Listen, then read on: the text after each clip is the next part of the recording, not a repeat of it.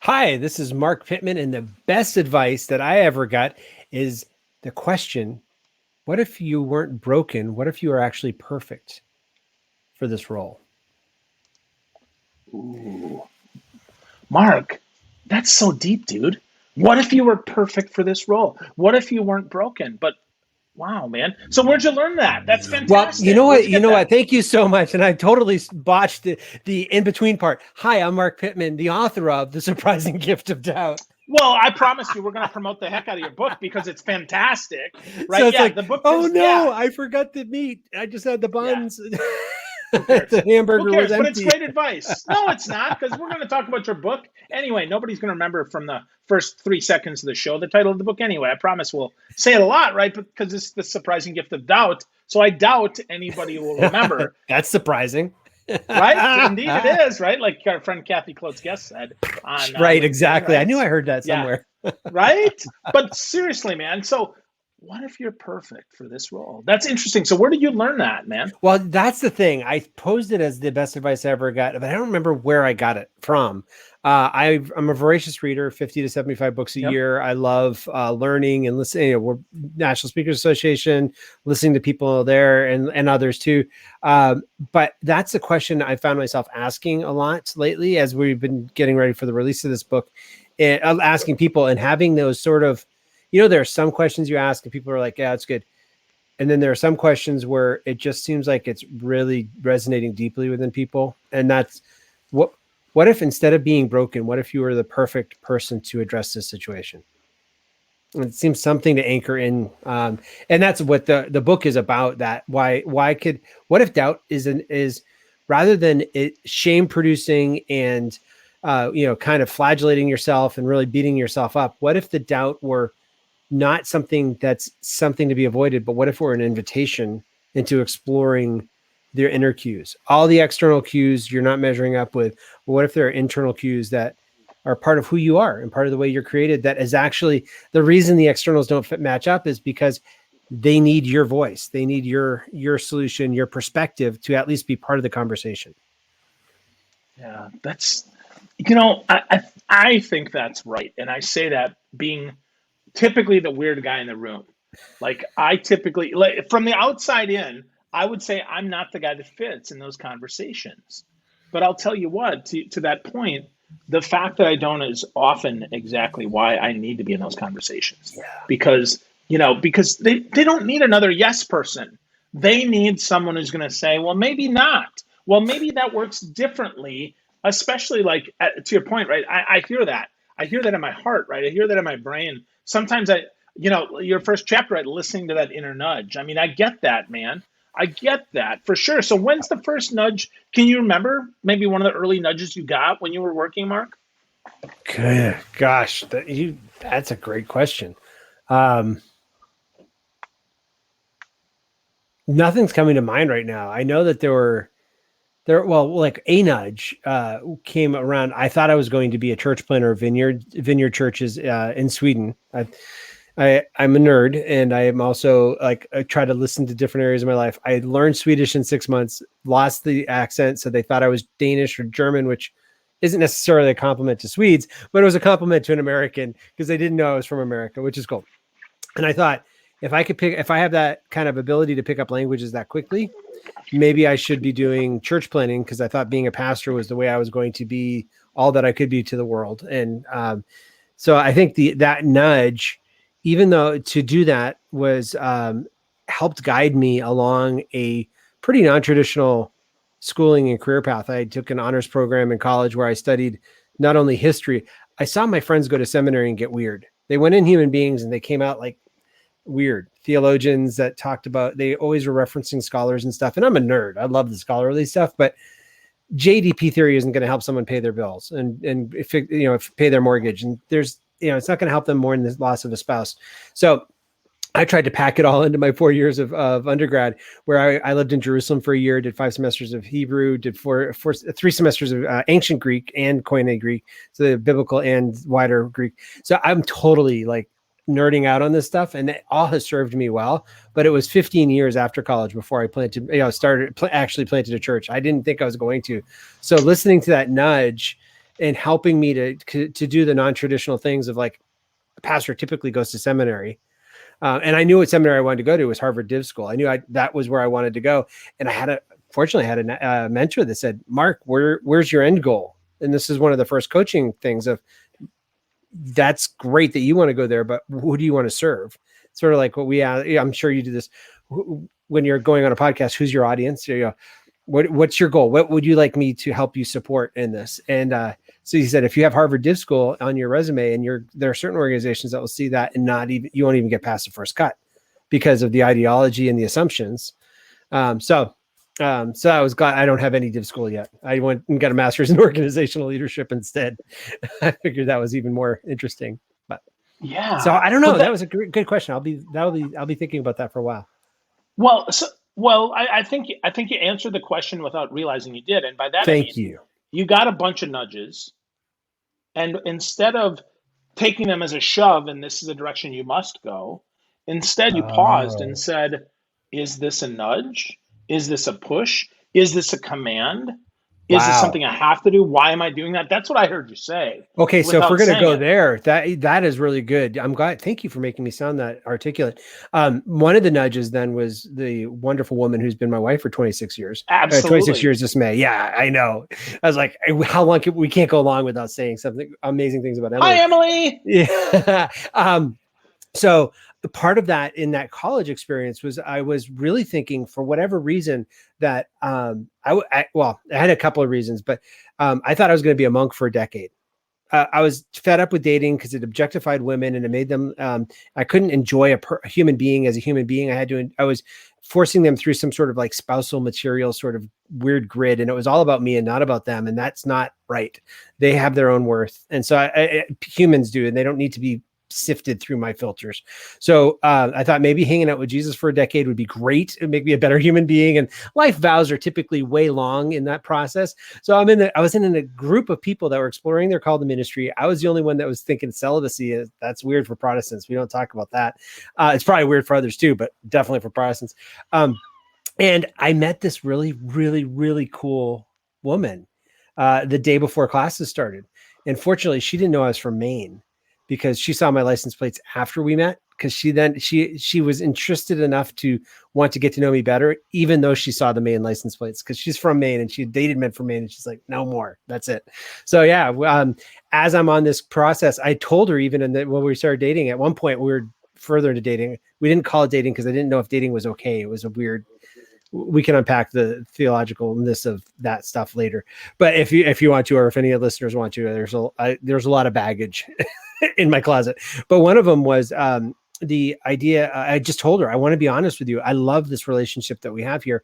I think I'm called to celibacy for a decade, and I don't want it to become a bait and switch. So I just want you to know that. And I mean, people don't have these conversations, but it was what you were saying of, I'm aware of this input, and I'm willing to, like, I don't know what this is, but it seems like a path.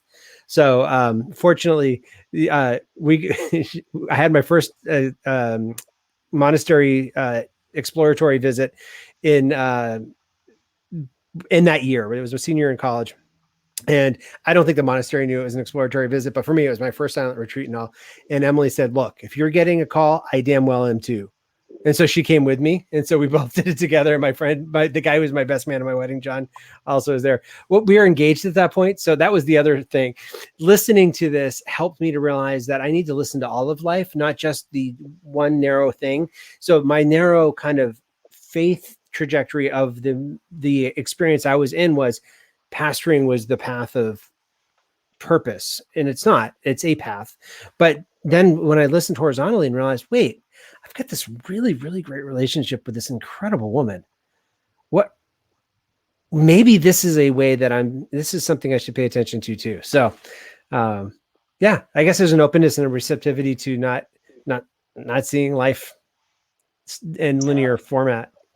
Yeah, well, I would agree. I mean, as a leader, right? Well, leadership is a journey. It's not a destination. We don't go, yay, we're a leader now. And I've arrived. Don't you understand? Right? Yeah. Right? Come on now. Don't you see I've got a title? No, that's not really. That's actually the first stage. It's so funny because all the confidence hits that it takes after that is, wait, No, I just said jump. Why aren't you saying how high? Why aren't you jumping? It worked for Phil. Yeah. Why isn't it working for me? I mean, I didn't get his, color. I got more demonstrable glasses, but I didn't get like bright glasses. So is that why it's not working? Maybe I have the wrong hue. I thought of you when I chose these because my headshots still have my silver ones, but I really wanted these. And I thought, oh no, is Phil going to think I'm trying, as though I could steal your brand. I can't steal the Phil Gershok brand, but years ago now, but it was funny seeing you today. I was like, oh yeah, you were a consideration in this because I didn't know, but it's not working for me. It worked for Phil. So maybe I should get even different colors or different Pantone colors. We get all weird about it. And when it's just, it didn't work for me because I'm not Phil. Right. Well, and that's where I think doubt comes in, right? Yeah. That's why we get this doubt, because to your point, we it's almost backwards, right? We start confident. Oh yeah, I know everything. I'm the new leader. I'm right. I mean, I remember the first conference I went to, Mark, 2013. I was at a conference. I attended breakfast bites. I attended every breakout. I attended sponsor sessions. I want to say, I think in 4 days, I want to say I hit 15, maybe 17 different things. Plus I got all the recordings. So I listened like 87 sessions. I come back to my boss. I got like plop on the desk. Here's what we're doing. And she's like, okay, that's great. Now I want you to go back and I want you to find 3 things that you think are really meaningful. And then we're going to do one of those in the next year. I'm like, but I know I can do them all. And she goes, okay, but your team can't. And now I got doubt, to your point, right? I'm like, oh my gosh, did I say the wrong thing? Did I do the wrong thing? What's going on? As opposed to the other speakers way, on stage said to do it. Yeah, I saw them. They said it worked for them. Yeah. And I don't know if you heard this, but growing up, when I was listening to motivational speakers, some of them would say things like, if you're a leader and you turn around and there's no one following you, you're just out for a walk. Yeah. Yeah. Only it takes a hit at your confidence. Yeah. Well, especially if we take that literally, right? Especially if we think, because I can tell you when I was testing out leadership, I was like, okay, hey gang, I'm going to the bathroom. If I know I'm really important here, but I'm just letting you know, I'm going to the bathroom. I'll be back in about 8 minutes. And I think of now how ridiculous that sounds, right? I mean, I laugh too, but honest to God, no, Mark, I'm laughing because I had to be there. I'm the self-employed individual who works for a jerk. And I still do that to myself. It's sort of like, okay, I really 8 minutes. I could totally see myself like texting myself. All right, I'm going to be gone for 8 minutes. I will have my phone if there's something. Like totally right. But I would send an email to my whole team. Yeah, I sent an email to my whole team. Oh, and Phil. I'm sure some of them they got it right, and they're like, dude, it's in their memoirs now. You should. I'm sure it is. Yeah, I'm sure it is, right? And I'm thinking about that. Or was it 13? When was it? No, I'm sorry, like 2007, right? Or 6 or 7. My gosh, yeah, 13. I was already on my own. Yeah, but wow, yeah. I just think about that, man. I'm like, my goodness gracious, like how self-absorbed am I? But then, right? But then then I read your book, and I get to chapter 6, right? Learning the stories that serve you, and I think, boy, that one sure doesn't serve me all that well. Oh. Why should I, right? Instead of what an idiot, boy, my team thinks I'm stupid. Instead, I can joke about it now with you. And actually later on, I did joke about it with them. Like, hey gang, I know that early on, I was a very new leader. I know that I don't have to do that. And I just want you to know you don't either. But that really made them laugh at first because of course, right? That broke the ice. Some vulnerability. Now, of course, some probably still think I'm a terrible leader. That's why they quit. But the ones who stayed got the fact that I was genuinely reflecting on this crappy story of I'm so important. If I'm gone for 5 minutes, the team's going to fall apart. What if something happens? What if somebody else walks by that doesn't see me there? Oh my goodness. Well, and that's a thing of this. I love that you made it a story that you took a story that wasn't serving you and you helped it to serve you, because I think one of the scariest things our caricature of leadership is we have it all together, because we look at the people around us that are leading and it seems like they're doing all right. They're really ducks on water. They're paddling furiously underneath the surface and just kind of calm on top because they're not leadership is isolating. We move up into positions of increased isolation, and the higher we move up in an organization, the less supervision we get. So there's no cover in the same way that we're used to at different parts of our career. But also there's the fear that in the isolation that I must be the only one. So you don't want to be vulnerable, because there are people that are not safe. There are people that are gunning for you. I know one person who on the call with the VP and the CEO said, I want to be the VP in 2 years. And it wasn't I think they might have thought it was like, I'm an aggressive go-getter, but it came across as, I'm gunning for your job and I want you fired.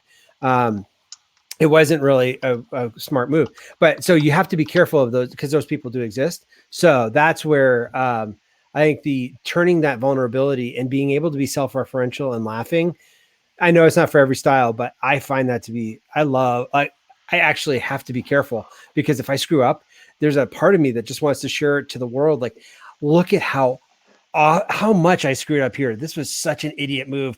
Here's what you can learn from it. Please don't, here's the hole in that pavement. You might want to avoid stepping in this one, because I just found a huge pothole and I just totally was, overwhelmed in it. Not everybody is ready to process that as quickly, especially the other people in the story. So I do have to be careful, but that's great. I love that vulnerability. And that two things you said. One was it allowed people to laugh and to just realize, yeah, that was weird. And it let them know. And I don't think leaders take this to heart as much as we should. It gave them permission to not do it themselves, or you verbally did. But a lot of leaders are saying, yeah, take your time off, take your PTO, take your, do your stuff, do this stuff, but they're not doing it themselves. And in their modeling, not doing it themselves, the real message is, I don't mean it. I'm just paying it lip service. They're sending emails at 6 a.m. on a Sunday or something else, when it's usually a 9 to 5 work week.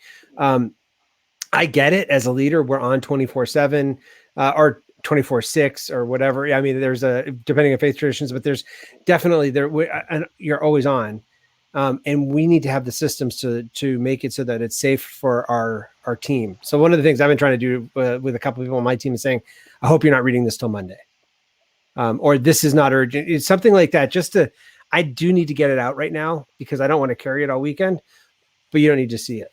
Or I use a tool called Follow Up Then. Do you know this? Followupthen.com? Oh yeah, for sure. Yeah, we learned about it at SAPCon at the same time, dude. It was the same. Was like it 100 years ago? I had wondered where we learned that. Yeah, that was like 10 or 12 years ago. Yeah. I've been using it for years. Yeah. Uh-huh. Oh, thanks for that callback. Wow, SobCon. Yeah. That's really cool. Yeah. So followupthen.com, I can just say Monday at followupthen.com and then put the email that I want to send to them, and then cut and paste it into an email to them. I don't have to put their email in the address so that they're not seeing it. Yeah. I use followupthen.com all the time. Yeah. Reminders to myself every week. A Becky McRae reminder comes on about appointment with my business that she did a blog post on years ago. And so every week on Thursday, I get my followupthen.com appointment with my business with all of Becky's. These are the things to be considering in your time to work on your business. Yeah. Good stuff. Wow. Yeah. Yeah. Crazy, man. It's crazy. So I think about that, right? As a leader, as someone who wants to model the right way, right? I mean, even like right now, I don't have any direct reports, but still, right? I mean, for my clients, responding to them at 10 at night sends the message that, hey, it's okay. Like, I'm okay. I don't really have any boundaries, in which case they're going to overrun them. No, really, right? So that's the thing. Then they're like, okay, well, great. Well, this guy, he's jamming. So if I'm thinking about it, I can go. And it's like, whoa, no. In fact, I fired some guy a couple months ago because I specifically said, hey, here's the deal. We can only talk if you make an appointment. And every time I'd send him an email back, I would include a link to my appointment calendar and say, or tell me some times at work. And he'd get the email and immediately call me. And I'm like, no, dude, Mark, this isn't how this works. I'm sorry I did that to you, but I'm really glad you fired me. No, I'm just kidding. Right. But that's the thing, right? And of course, I'm saying your name because you're here, right? But it's so interesting because after like the sixth time, I'm like, we're just done. Well, and that's where the asking yourself, what if I'm the right person for this position? It's also, how do you create the environment? Especially if we each can create a little bit of our environment, and some of us that are solopreneurs can create more, but it's say it's being willing to say no to some people. With the nonprofits I work with, it's being willing to fire a donor. It's not like you don't pink slip your donor, but some donors aren't worth the money that they're giving you. They're just too much the pain in the ass. They're just too much effort. They're not helping further the mission. Some people are furthering the mission, and that's a good thing. And there are some people that you want it, but there are some people that are holding you back because you're spending so much time with them that you're not taking care of the stuff that you're really there to do.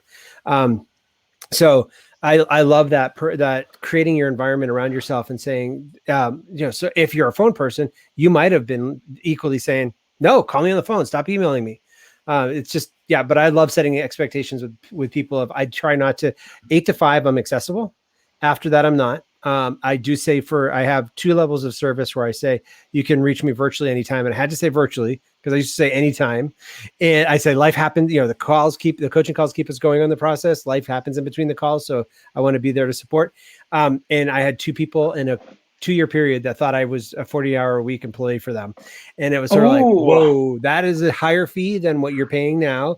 So now I say virtually unlimited. And I've even toned it back a little bit more. But nobody usually takes advantage of that. And I do sincerely want to be there. If somebody's having an issue, I don't like having to wait for the week to talk to my coach. I'd like to just get a little input. So then we do have, there's once in a while you have to have a relationship defining talk, but not often. Yeah. It's usually really good. But it's because you start attracting the people that respond to that. The people that are not willing to work with somebody that has boundaries. There are plenty of other people out there that don't have them. I'm sure they could find them fine without a problem. Yeah, absolutely. There's more than enough people. And that's the other thing I was going to say is that I've been quoting this Phil Jones a lot lately with the seats at the table, where everything, this, everybody, we don't need all the clients, no matter what we're doing. We don't need all the donors. We don't need everybody to support us. In fact, we'd be overwhelmed and crushed if everybody started supporting us. It just asked ALS association with the Ice Bucket Challenge. They had to retool a whole bunch of things to figure out what do we do with all this money coming in. Would that happens to us? I understand, you cry me a river for them, but knowing that having the just taking this, giving yourself the space to realize, what if I only had 12 clients I was looking for? Helps you to be a lot more choosy, even with the pressure of bills and other things to take care of. So another thing, Phil, I'm just riffing, but you're inspired me. The other thing that you said about not having people that you report to now, I started realizing I'm in a similar situation, or no people that don't report to me. But I started so I have my seats at the table dashboard on Notion, and just above it, I have my team table. And I didn't realize how many VAs and other people I work with on my team. And I thought, so it hit me, and I don't know if any of them know that I do this, but I try to be as intentional with them as I would with a client. And I try to check in because I get really project based with each of them, because that's the relationship. It's a contractual relationship, but I want them to know that, it's kind of like with babies. If people that have kids when you're hiring a babysitter, you want to be like the one that they default to if they were given 2 clients. So you want to be the easier one to work with, the one that pays a little bit more, or just is easier to work with. So I really want people to know that I care about them as a person, not just as a production unit. So it's a new thing I put on my Notion dashboard. That's awesome. That's awesome. And when you're leading people, it's, whether they're virtual, in person, whether they directly report to you or they're contractual, I mean, you want to be the leader of choice. You want to be a leader that people say, you know what, Mark, I don't know what you're doing next, man, but wherever it is, I hope we'll keep in touch. I hope that you'll come with me. I hope that will happen. And a lot of that, I would argue, right, you actually hit this hard in chapter 9 about energizing your confidence and clarity. You have to have the confidence to know, first, you're not for everybody. You mentioned, that's really important. And secondly, you absolutely are for some. And it's okay to say that. It's okay enough to say, you know what? Hey, Mark, I know you could probably find any other leadership coach. But you know what? If you came talk to me, that would be great. I mean, I'm sure you have that in your leadership coaching. Well, and that's the part about being okay with who you are. I mean, I've been told that everybody writes books that they need to read themselves. And so one of the things that I've been trying, the surprising gift of doubt is it took me 18 years to write this book, but I finally write the book of what do I do as a coach, which is, I'm pleased that it comes out so clearly that other people are now able to come, parrot it back to me. So our friends like Neen James and Tamsin Webster have really helped me give the models and create the wording so that people get it without me having to barrage them with a bunch of words, although I'm willing to do that. But the niching thing that happens to a lot of solopreneurs, you got to niche, you got to have your niche, you got to be a big fish in a small pond. And so that's why for the first more than a decade of my work, I was fundraisingcoach.com, and I still am. I love the term fundraising coach. Couldn't believe nobody else had the .com in 2003. I was like, all right, let me take that up.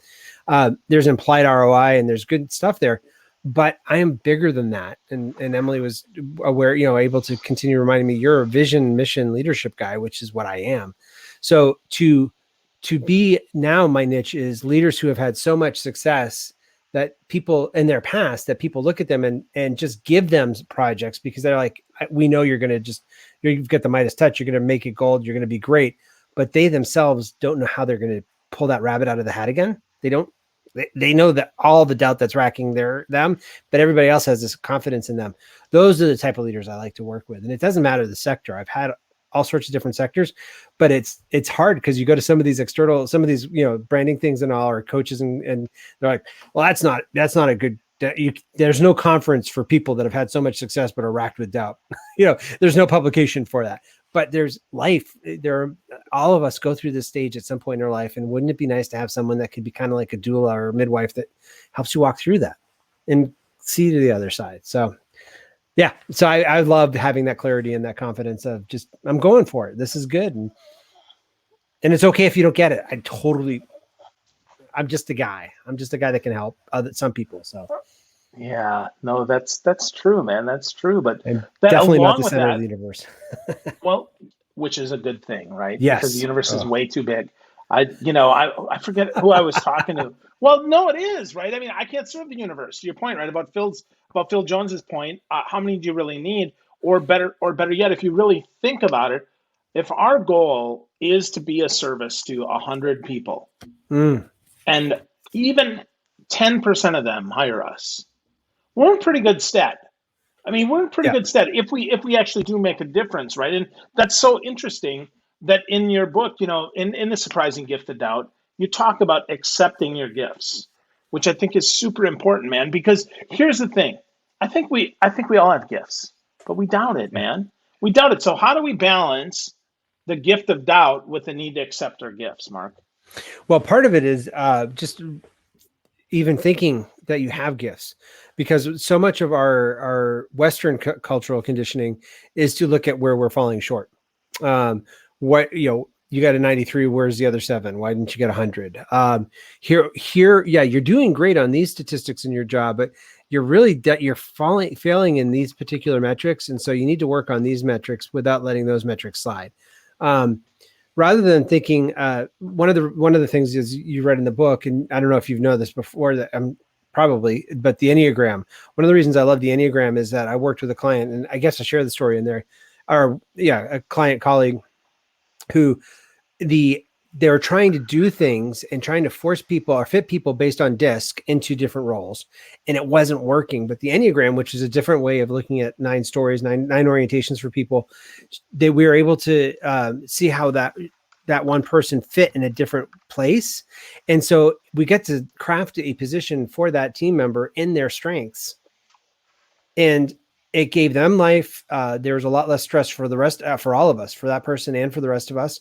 And there was just a release of creativity and energy, because it wasn't looking at all the stuff that wasn't getting done or that was failing. We were able to see, okay, the stuff that does get done, this is what it looks like. What if we created a position like this? Because it adds a ton of value to what we're producing. And that has become so life-giving.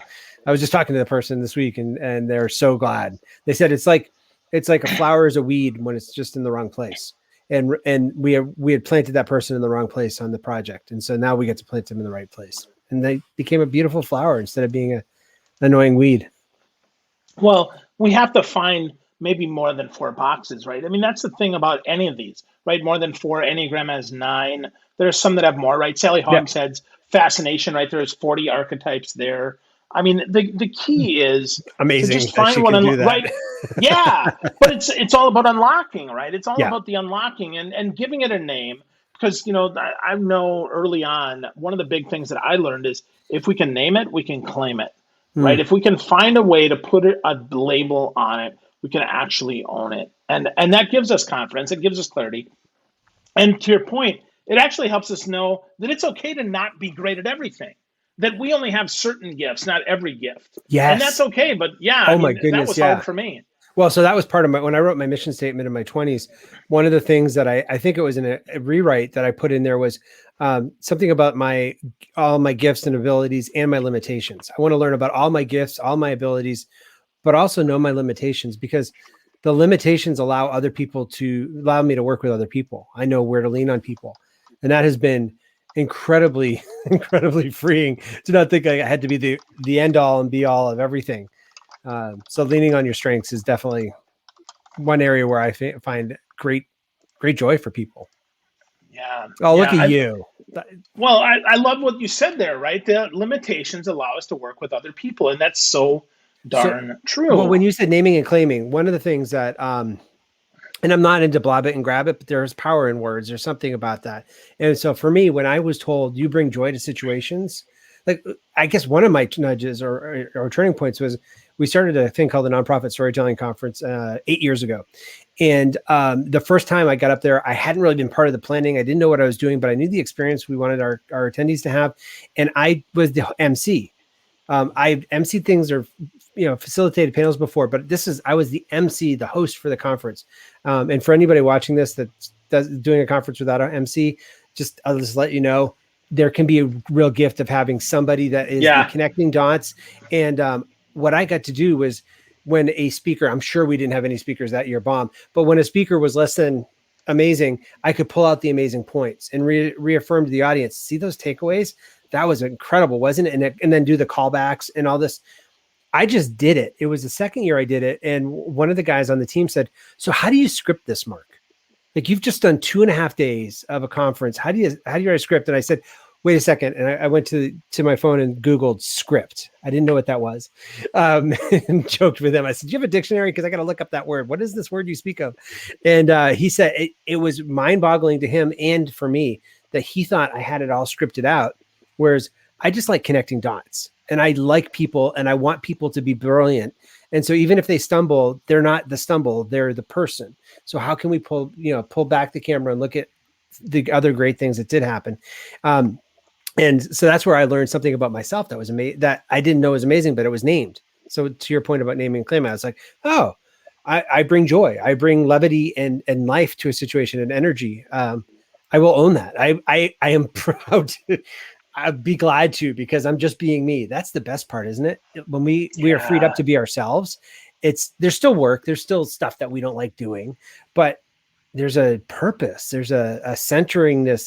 There's an energy or a kind of being in sync with something that is wonderful. And you don't want to let go of that after a while. It becomes something that it becomes another nudge. You realize, ooh, this could be my sweet spot, because I'm experiencing that same sort of all here-ness that I've experienced in other places. Yep. Yeah. And sometimes it's inside, and to your point, sometimes it's outside. Somebody else recognizes that. Absolutely. And they nudge us, right? They're like, hey, Mark, perhaps this is your gift. Perhaps this is something you should consider. Perhaps this is more than just an accident. Well, as a solopreneur, that's something that's been very helpful for me. Is one of the tells for me is if I get a lot of people asking me to do the same, wanting to pay me to do something that I don't list anywhere on my services. So the fake it till you make it gets a lot of bad press, which is understandable because it's used to beat up a lot of people. And I don't mean it that way or be inauthentic, but there is a fake it till you make it of, I'm going to trust the belief other people have in me in this and act as though maybe I can do what they are asking me to do. So one part of it was fundraising coach morphed into Conquered Leadership Group, in part because I had for-profit clients coming to me saying, look, we want to, I want to coach. I need leadership skills. You're the guy that's going to help me there, but you're making it hard for me. I can't get it past the HR committee or past whatever committees I have to get through because I'm sending them to this nonprofit fundraising site. And they're like, this isn't a philanthropy issue. This is a leadership issue. You're the issue. I know that. Help me hire you. And so after you have a few clients like that, you're like, okay, I'll try to make it easier for you to give me money. I can do that. And it was really helpful. It morphed. Yeah, it helps draw us into places that are more of who we are and more of our service to the world. It's great. Cool. That's cool, man. So as we're kind of, we're at about minute 35 here. Let's Are we talk a already? little bit. Oh my goodness. Yeah, Time we always are. flies with you. It does. Yeah, you too, buddy. You too. So let's talk about goal setting and the way that you do goals, Absolutely. because it's very different than what I've seen. Thanks. And you blow this out really nicely in your book, In the Surprising Gift of Doubt. But let's talk a little bit about Thank you for having read the you book. set This is goals. so cool. And if anybody's Yeah. wondering, it kind of looks like this. Yeah. Well, mine kind of looks like a PDF. Yes. So I don't, yeah. You should have got, oh, shoot. Okay. There is this coming for you too. I'm not worried about it. We'll talk about that. So no, but I say that. So no, but let's talk about about goal setting and how that happens around the Pitman household, because I think that's interesting. I'm not sure it's the Pitman household, but around this Pitman. Well, okay, around a Pitman. That'd be Marc A. Pitman. Yeah. Right. Just so for all the other Pitmans that are watching, yeah, Emily, kids, I understand. Sorry, they're not, Marc. It's just me and you, actually, and that's okay, true. Right? That is fine. That is good. Yeah, it's like talking to yourself. At least you're gonna have a good conversation. Right. Yeah, that's right. Yeah, I argue way too much with myself, though. But yeah, so no. Who wins? In all seriousness, when you argue with yourself, who wins? The answer is yes. Oh, okay. So good. yeah. So let's talk about that, Marc. Let's talk about your goal setting, because that's interesting, right? Your list of 100 and how you break that down. Let's talk about that, because that's very different from what I've heard. What I've done, as people have heard me speak, I grew up in a family that had homework for schoolwork, and I had homework because I was a Pitman. And so I read a lot of sales literature and a lot of goal setting books, like Frank Bettger's How I Raise Myself from Failure to Success in Selling, and a bunch of other types of goal systems. And lots of them worked, but only in parts, getting things done. There's a Michael Masterson that had this email thing early in the 2000s. And so around 2003, I pieced them all together into what I call magnet goals. And if you Google it, you can find it. But I explain the whole thing in Surprising Gift of Doubt too. The first step is the list of 100 things that you want to do in the year, which usually blows people away. And many traditional goal setting people are like, that's dumb. You can't do 100 things in a year. But the reason I put it in there, or what I found working with people that have come to intensives and worked with me or coaching clients, is that the first 10 come quickly. It's usually job related or task related. And they throw some tasks on there, and I'm fine with that. You have 100 lines to fill. Put it all in there. Don't worry about filtering at this point. But the next 10 are a little bit harder. And it starts forcing you to expand the areas of your life that you're bringing onto this page. And in short, it helps you to be more human. You're not just the product of the work that you do. You get to be the gift of the human being that you are, and pushing the 100 out there.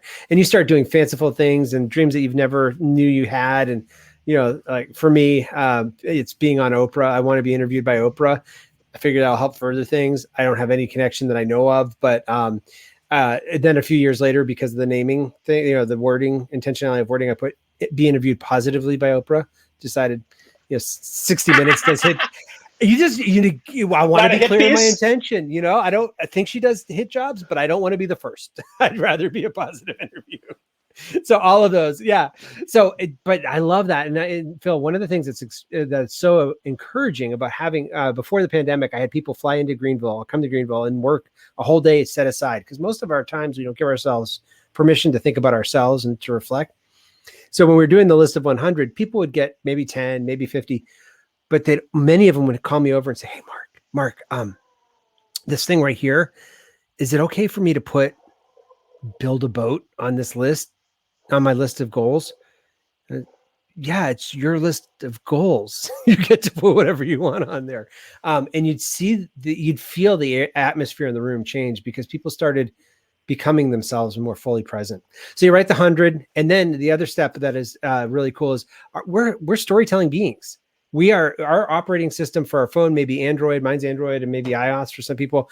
But for human beings, it's stories. So write the history of the future, review your 100 things, and then figure out, and it could take days to get the 100. You don't have to do it in one sitting, but then figure out, what would I feel like if all these things were accomplished? What would people say about me? How would that make me feel? What certifications would I have? What positions would I have? Where would I be invited into? Could be just a paragraph. Some people have done like 8-page documentations. That's not my style. I'm like short and sweet.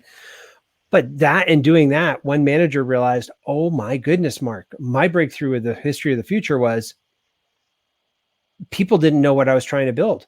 All of the staff that reported to me saw me talk about tasks and objectives, which are on the list of 100. But and my intent is to do it in the context of joy and people wanting to be here and be part of the team because of the great work we're doing. But there's nothing in the past 90 days that would reflect that to them. This history of the future would not be recognizable to them. They would not see this in the moment right now. So she knew that there was this gap where she gets to work toward the future and be able to make those things intention, either whether it's just calling it out. Hey, I hope you're having a really good time here. Or wasn't that fun? You could be just reinforcing some of the things that people may not intuit. But it's also doing some things that are differently. So she's not just working people as mini machines, but as full human beings. Yeah. And as part of something bigger than themselves, which is really important. So true. Right? As a leader. Yeah, we have to give folks hope that it's going to be different than today, even if they love today, because if they don't see that it's going to change, then they're like, well, okay, at some point I'm going to get bored here, just naturally. Yeah. Oh, if it's never going to change, well, naturally I'm going to be bored. So why stay, right? So why invest? Why do the time now? Why not just leave now? Well, that's the crazy thing, isn't it, about teams, that companies are really worried about investing in people because what if they leave? Well, the reality is they're going to leave. We're not in the early 20th century anymore. Part of what we do in our culture, what we valued, is people leaving and moving. And we don't value that personally, but our culture, our economy in North America and a lot of the Western countries, that's what we do. So let's just take that as a fact. All right. Phil's on my team right now. He's not going to be here the whole time. What do I want him to be saying about his experience here? And then, because that becomes, I can't remember the gentleman's name. I think it was on the Andy Paul's podcast about sales, but he does this LinkedIn stuff where one of the things that he works with his staff is helping them create a good LinkedIn profile for themselves.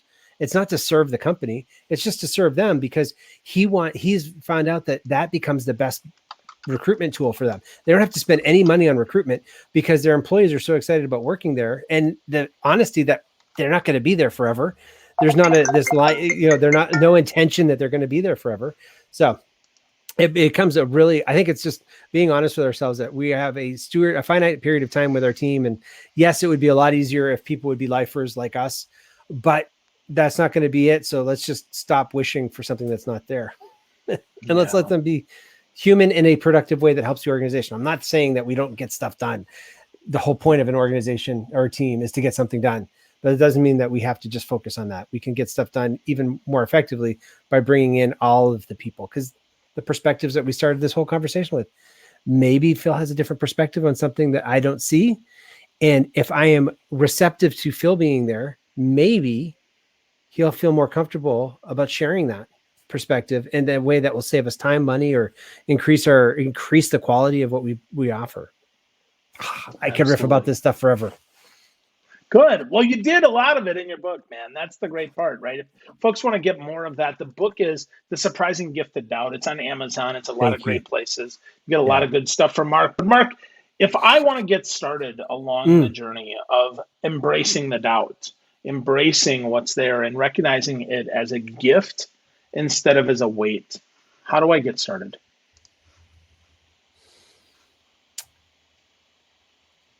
I think the start of embracing that gift as a doubt is the question of the doubt, acknowledging that the doubt could mean there's something broken in me. But what if it means I'm on the verge of greatness?